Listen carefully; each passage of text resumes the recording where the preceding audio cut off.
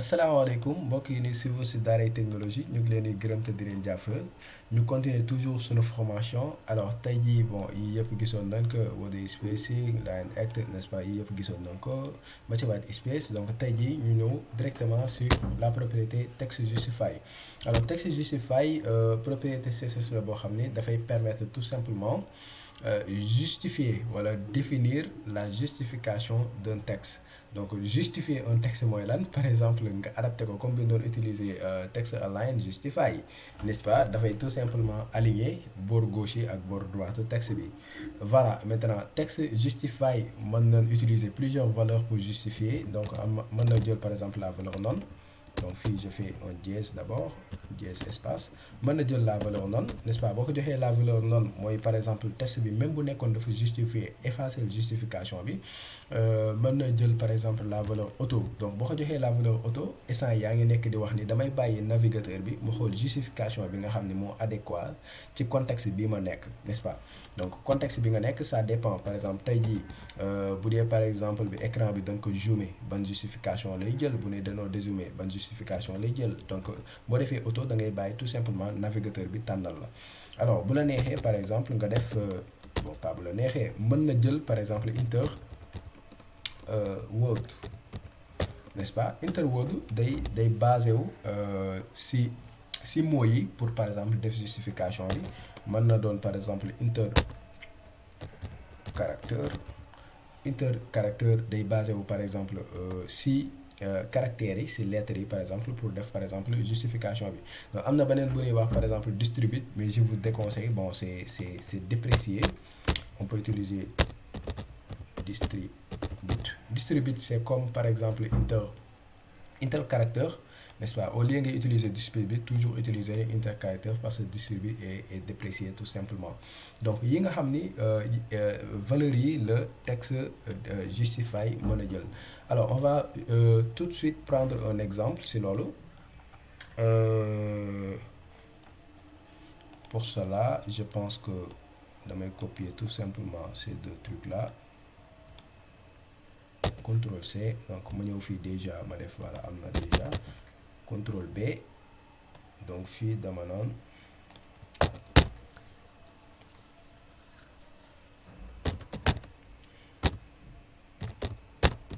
justify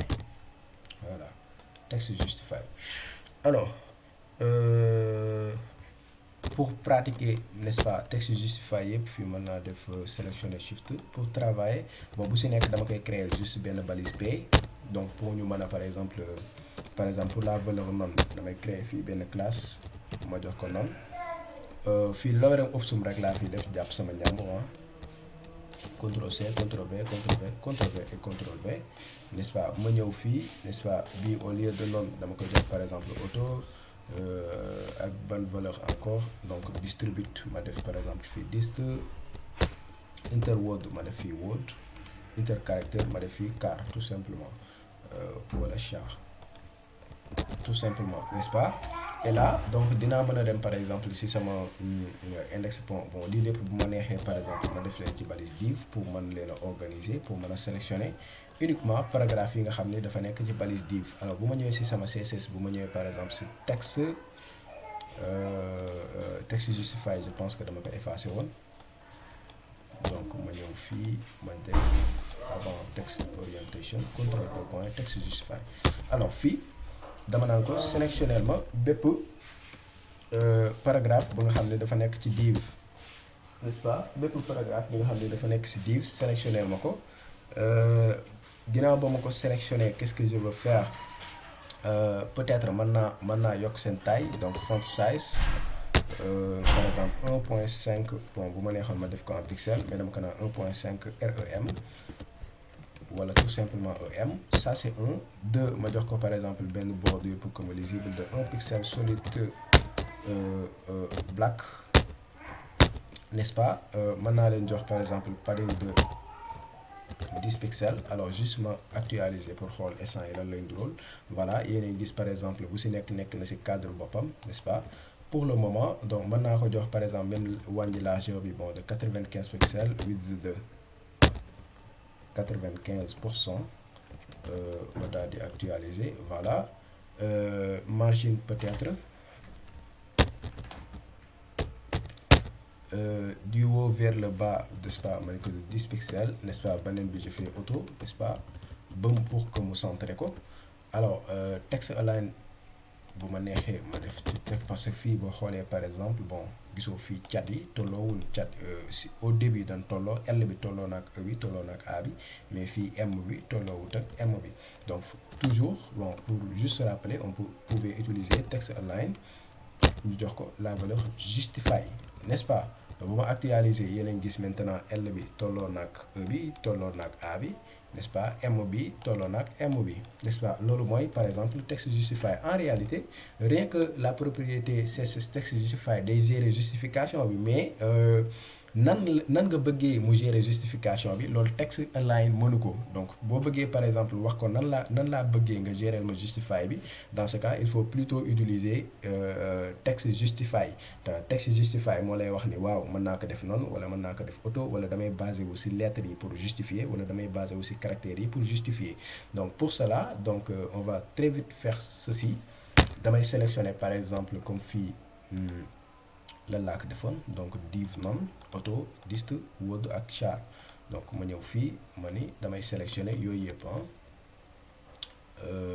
déjà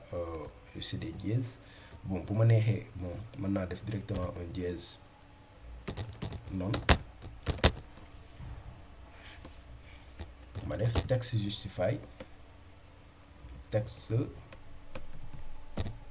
justify non maanaam bii bu ma ci appliquer tout simplement en fait justification. donc di ngeen gis par exemple bu ma actualiser je pense que fii amul dara lu koy mandargaal mais juste mën naa utiliser par exemple non fii pour wax que ni non laa utiliser non tiré. donc fii ma def auto pour wax que ni auto laa utiliser. fii ma wax ko dist pour wax ni distribute laa utiliser. fii ma def word pour wax que ni interword laa utiliser. fii ma def ko par exemple char pour wax que ni intercaractère laa utiliser. donc j'actualise et ça donc fii di ngeen gis non. donc non bon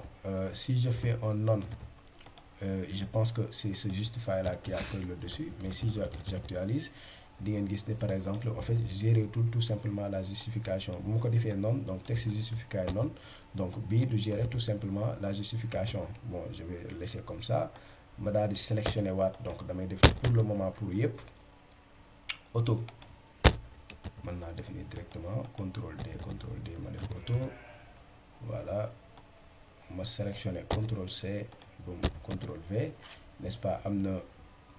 dist donc fii distribute lay doon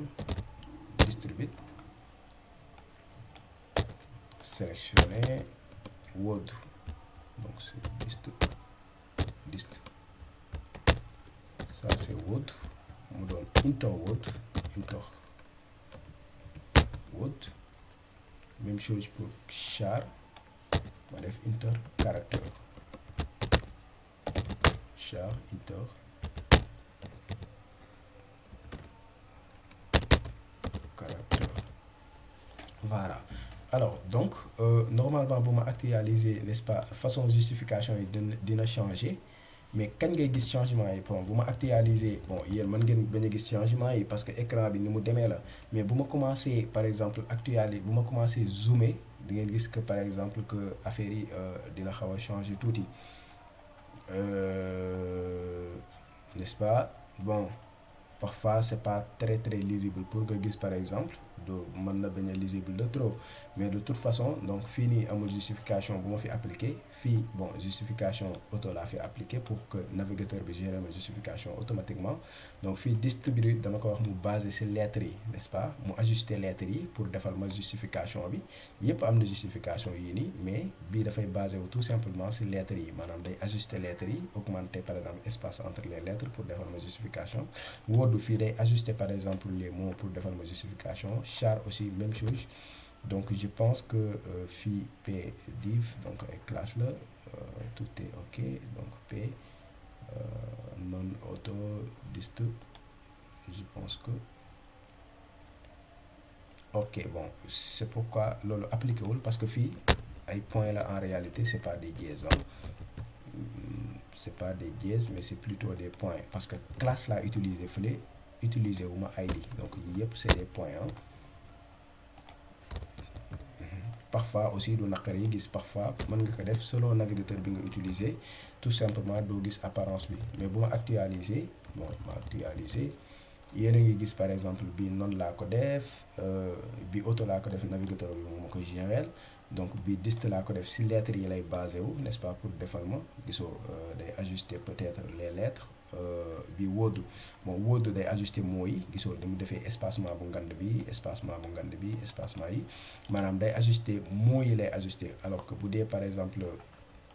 auto moom mooy xool nan la koy mën a defee navigateur bi laay bàyyee donc bii normalement lettres yi la waroon a utiliser